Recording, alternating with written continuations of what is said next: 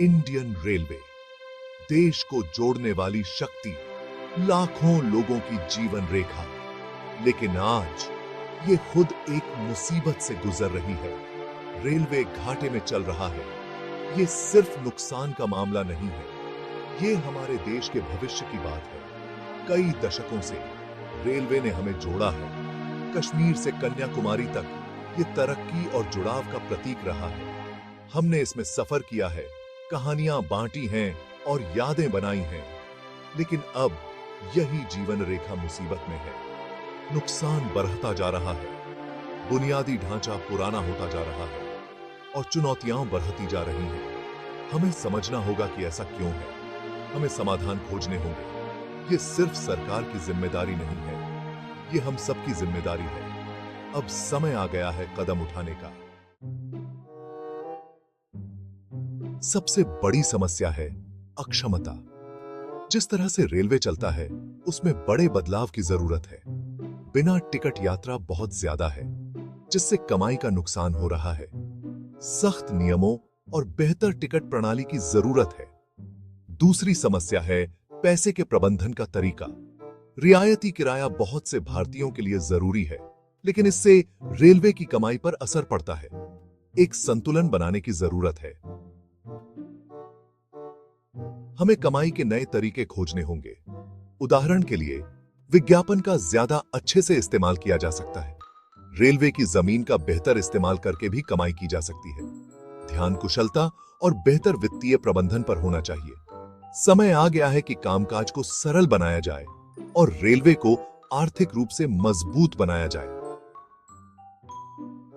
ससरई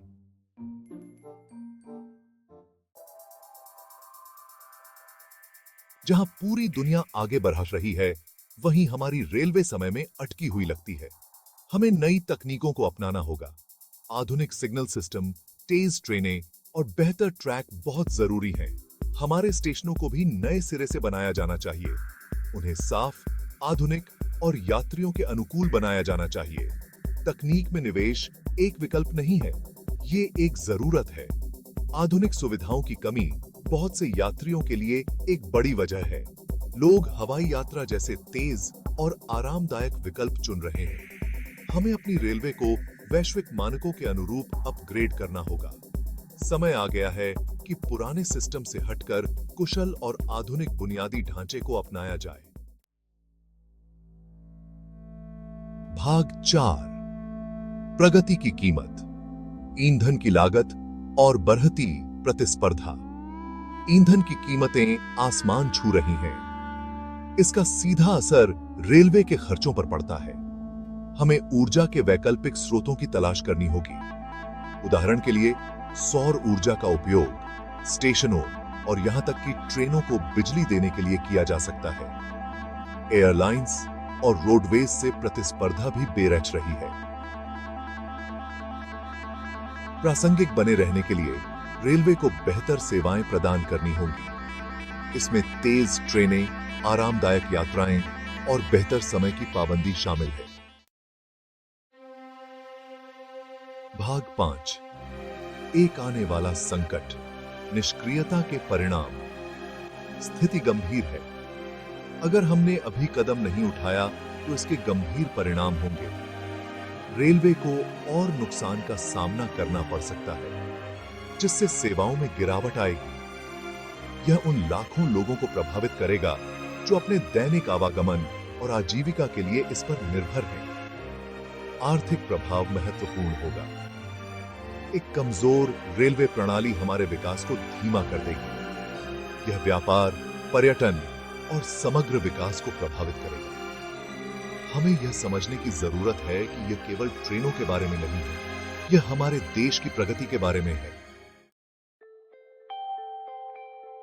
भाग 6, कार्रवाई का आह्वान।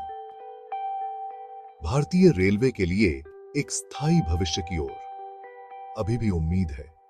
हम अपनी रेलवे को पुनर्जीवित कर सकते हैं, लेकिन इसके लिए सामूहिक प्रयास की आवश्यकता है। सरकार को आधुनिकीकरण में सुधारों को लागू करने और निवेश करने की आवश्यकता है। हम लोगों की भी भूमिका है। हमें जिम्मेदार यात्री बनने की जरूरत है। अपने टिकट के लिए भुगतान करना, स्वच्छता बनाए रखना और रेलवे संपत्ति का सम्मान करना महत्वपूर्ण है।